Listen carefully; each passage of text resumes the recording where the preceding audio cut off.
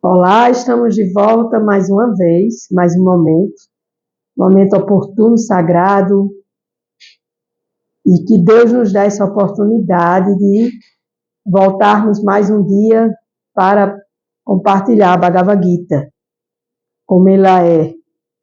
A Bhagavad Gita é a canção do Supremo na Batalha de Kurukshetra, uma batalha que foi travada há 5.000 anos atrás. Essa é a data mais ou menos aproximada da Batalha de Kurukshetra, onde nessa batalha o Supremo, Krishna, ele falou a Arjuna sobre diversas maneiras de evolução transcendental, transcender os modos da natureza material e sair deste cativeiro terreno. E esse diálogo ele foi entre a Suprema Personalidade de Deus, Krishna e Arjuna. Arjuna era um guerreiro, um kshatriya, que na Índia existe classes sociais, né? E os kshatriyas são os guerreiros que têm a missão, o dharma, de proteger as pessoas, os mais fracos, né? E Arjuna, ele tinha que guerrear, ele tinha que estar nessa batalha, porque do outro lado tinha parentes, amigos, professores, né? E Arjuna, ele não queria lutar contra essas pessoas, porque ele conhecia essas pessoas, e ele não queria matá-las, né? Porque seria uma batalha, né? E Arjuna, ele disse que não ia lutar, ele não ia fazer essa luta fratricida, ou seja, essa luta iria morrer muitos parentes, primos, tios, né? Que eram entre duas famílias, né? Os Kurus e os Pandavas, né?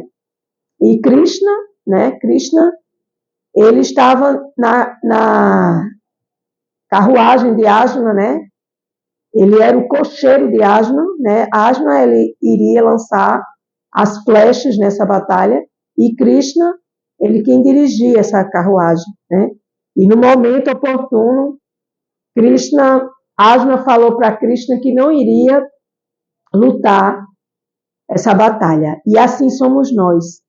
Nós, todos os dias, inconscientemente ou conscientemente, nós falamos para Deus que nós não vamos lutar. E muitas vezes queremos que Deus faça tudo por nós.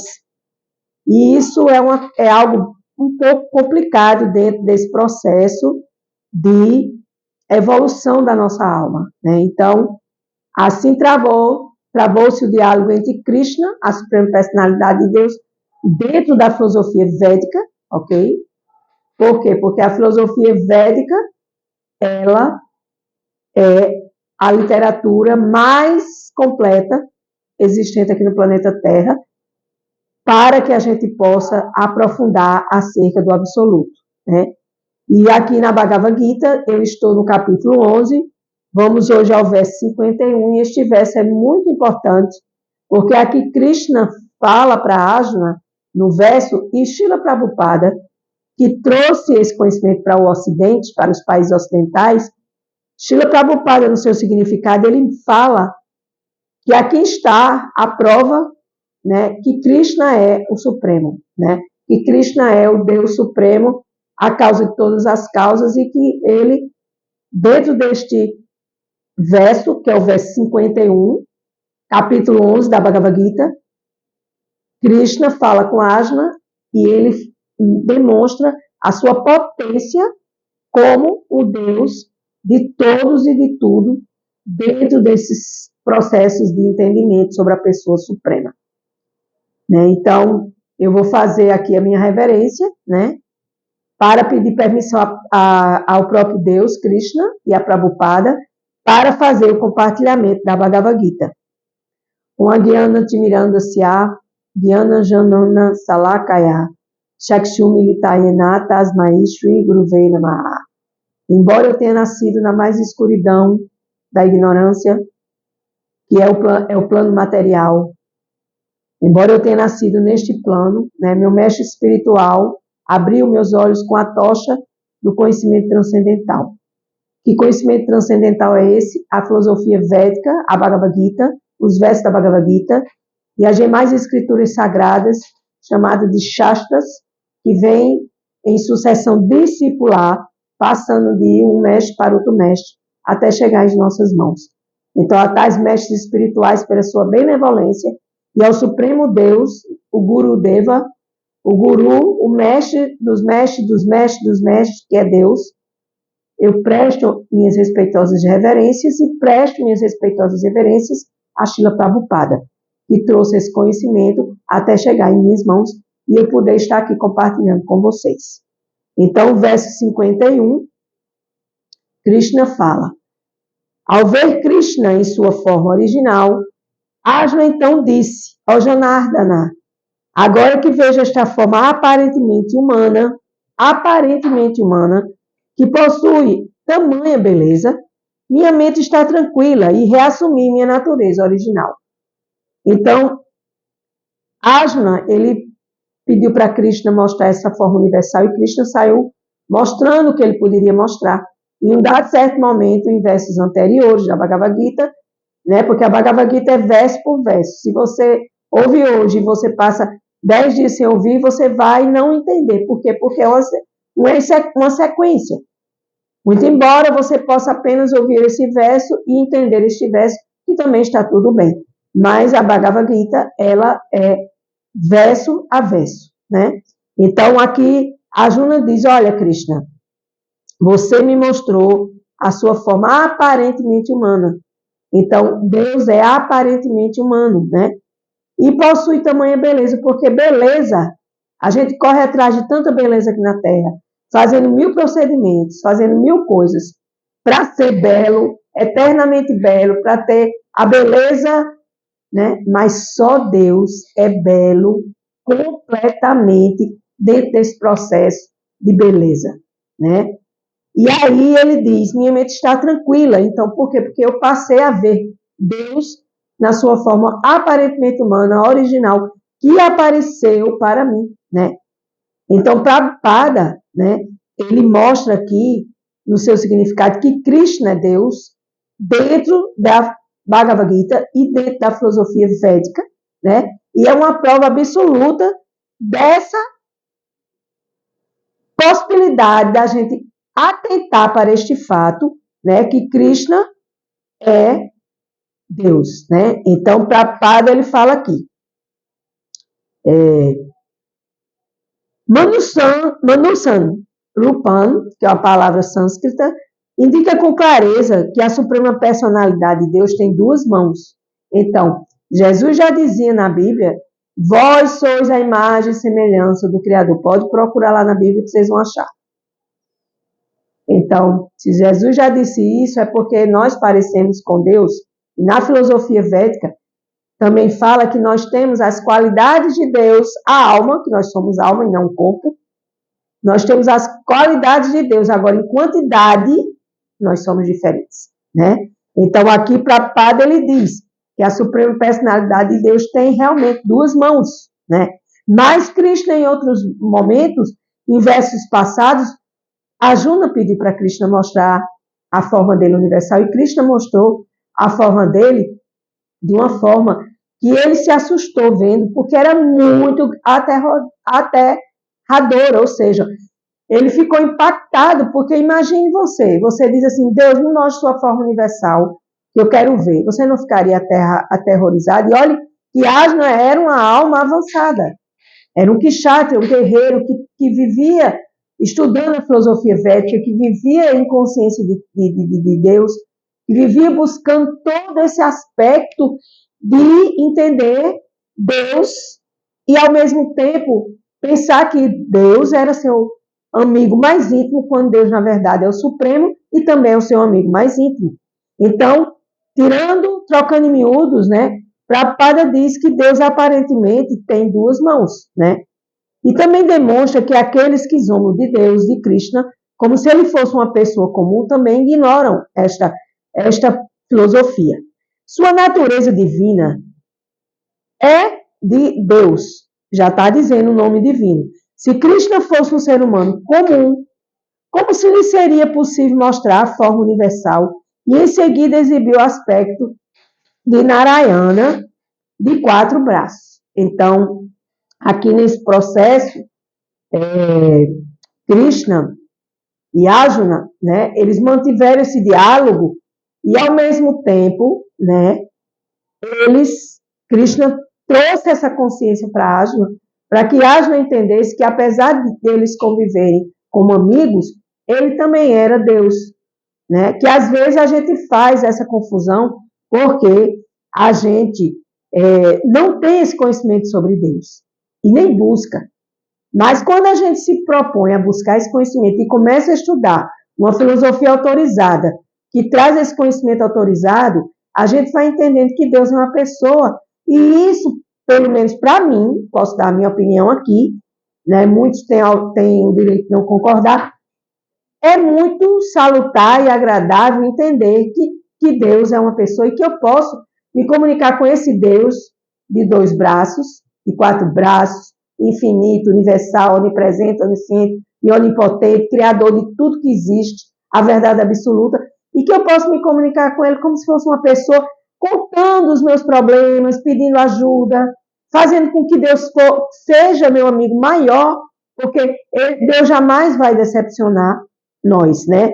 Então, aqui é essa conclusão, né? No capítulo 51, que Deus que Krishna, o Supremo, Krishna, né? A palavra Krishna significa o todo atrativo. Deus atrai a tudo e a todos. Então, Krishna, ele é o que ele deseja ser, de acordo com os passatempos que ele deseja executar, para que nós, almas, e também outras almas, possam, outras criações dele, possam entendê-lo como Supremo, né? Então, ele continua Prabhupada, esse verso é muito importante. Assim afirma-se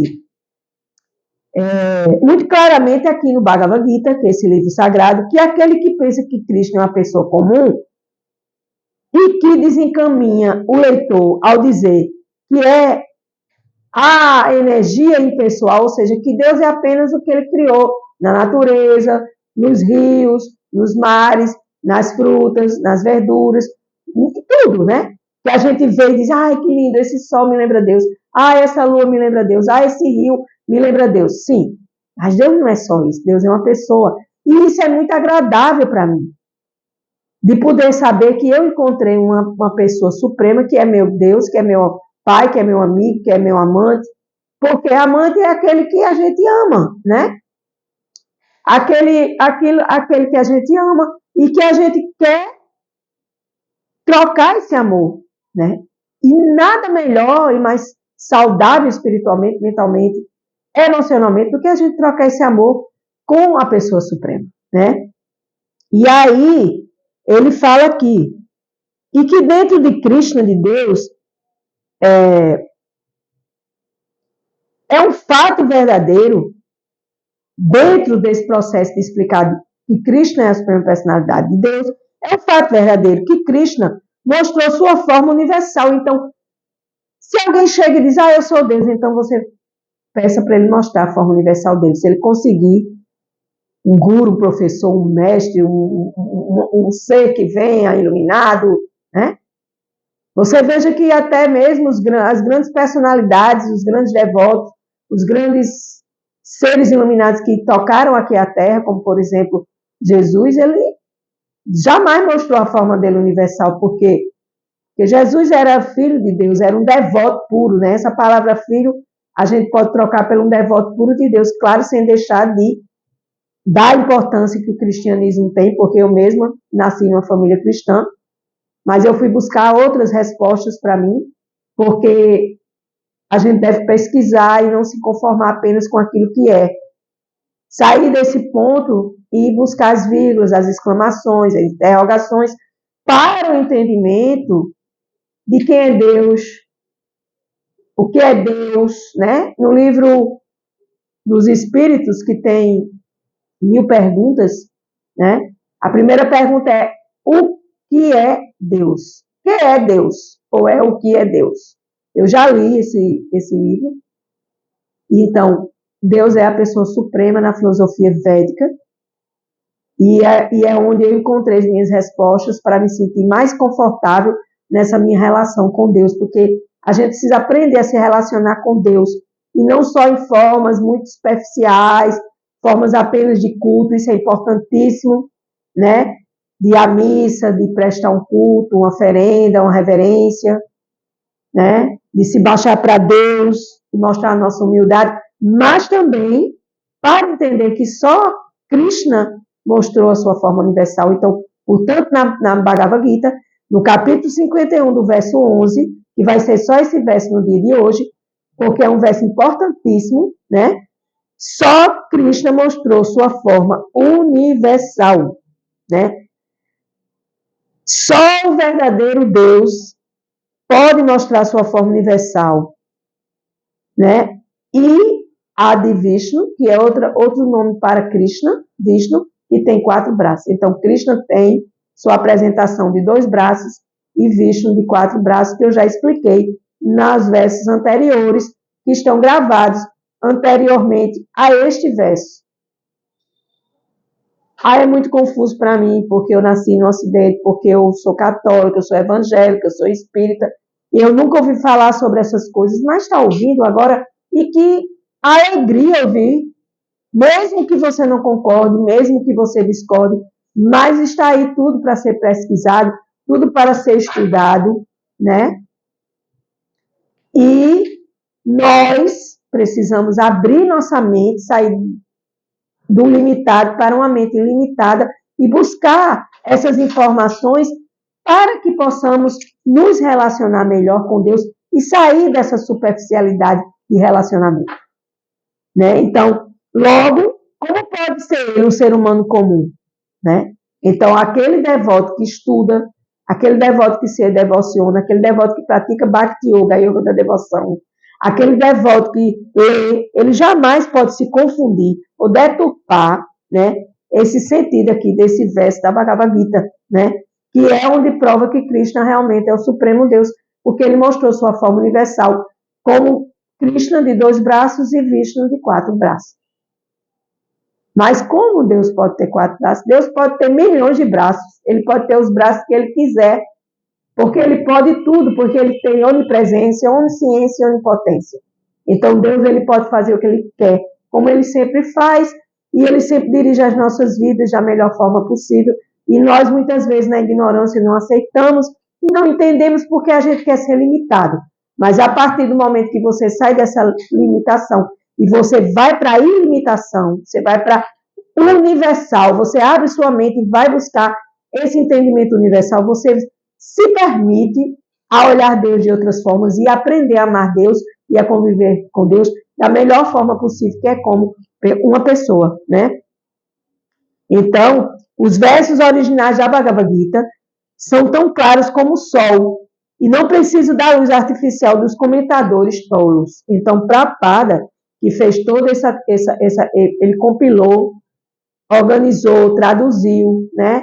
E aí trouxe para o Ocidente, e aí aqui foi traduzido para várias línguas, inclusive português, que é essa versão que eu tenho, mas tem em inglês, tem em várias outras línguas, porque a Sociedade Internacional para a Consciência de Krishna está presente no Brasil, em cada capital e no mundo, em muitos países, né, do Ocidente, e dentro desse processo, né, estão registrados os versos, e estão registradas todas as formas de Deus, formas de serviço devocional, formas de modos da natureza material, formas de entendimento do que é Deus, daquilo que é Deus, como é que eu posso servir melhor a Deus, né? Então, a Bhagavad Gita, ela tem 18 capítulos, né?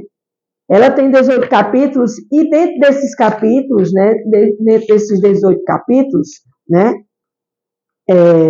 existem vários temas relacionados, né, com esse processo, né, do entendimento, né, do que é a Bhagavad Gita. Então, o capítulo 1 é o campo da batalha, que foi posicionado todo esse compêndio divino chamado Bhagavad Gita. O capítulo 2 é um resumo do Gita, que o próprio Prabhupada resumiu a Gita, né? Capítulo 3 é sobre Karma Yoga, como você pode se unir usando suas ações kármicas para você utilizar da melhor forma o seu karma e limpar o seu karma nessa visão do aqui e do agora. Capítulo 4 é o conhecimento transcendental, que é o próprio conhecimento que a gente vem buscando. Capítulo 5 é Karma Yoga, ação e consciência de Deus, justamente colocar em ação esse karma, que é pesado, e eu posso tornar ele mais leve, fazendo com que minhas atitudes sejam melhores nessa vida. Capítulo 6 é Dhyana Yoga, que é a yoga da meditação em Deus, meditar em Deus, né? Controlar a mente e os sentidos e buscar o entendimento de quem é Deus, onde Deus está localizado. E Deus está localizado no nosso coração, no Paramatma, a grande alma, na pequena alma, e meditar sobre esse processo. Capítulo 7 é o conhecimento acerca do absoluto, conhecer o absoluto. Capítulo 8 é alcançar o Supremo, né? Capítulo 9 é o conhecimento mais confidencial, ou seja, esse conhecimento que nós estamos estudando. Capítulo 10 é a opulência do absoluto. Capítulo 11 é a forma universal de Deus, onde eu estou neste momento. E virão mais capítulos. 12, serviço devocional, como é que a gente pode aprender a servir a Deus. Capítulo 13, a natureza, o desfrutador e a consciência. Capítulo 14, os 3 modos qualitativos da natureza material, bondade, paixão e ignorância. Capítulo 15, o yoga da pessoa suprema, como se unir a Deus através do yoga, que ele pede para nos unirmos através da pessoa suprema. Capítulo 16, as naturezas divina e demoníaca, os 2 opostos. Capítulo 17, as divisões da fé, vários tipos de fé. Capítulo 18, a conclusão final da Bhagavad Gita, que é a perfeição da renúncia. Então, todos esses capítulos, eles se encontram aqui na Bhagavad Gita, 18 capítulos, se eu não me engano, é mais de 1.800 versos, que eu estou atualmente no capítulo 11, mas eu já venho compartilhando desde sempre. Eu venho desde o primeiro capítulo até o 11º capítulo e vou continuar até o 18º capítulo, colocando esses capítulos aqui, com a permissão de Deus, do Supremo, no ISO Espiritualidade. E quem quiser vir comigo, estudar, entender Bhagavad Gita, a ciência suprema, a ciência que mostra o guia para nossas almas, para que a gente entenda quem nós somos e o que é que estamos fazendo agora aqui neste corpo, com este nome que eu tenho, onde eu vivo no momento, com quem eu me relaciono, quem é minha família. E são vários e vários assuntos que nos levam a essa capacitação e entendimento dessa forma de Deus, como uma pessoa na Bhagavad Gita. E assim eu encerro mais um dia de leitura da Bhagavad Gita, leitura meditativa dos versos da Bhagavad Gita, e hoje foi apenas um verso, porque esse verso é primordial e é a prova que dentro da Bhagavad Gita que Krishna é o Supremo. E ele se apresenta como ele desejar, para que a gente possa conviver com ele e aprender a conviver com ele mais e melhor.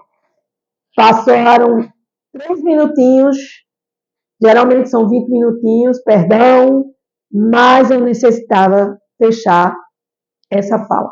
Com gratidão, eu encerro.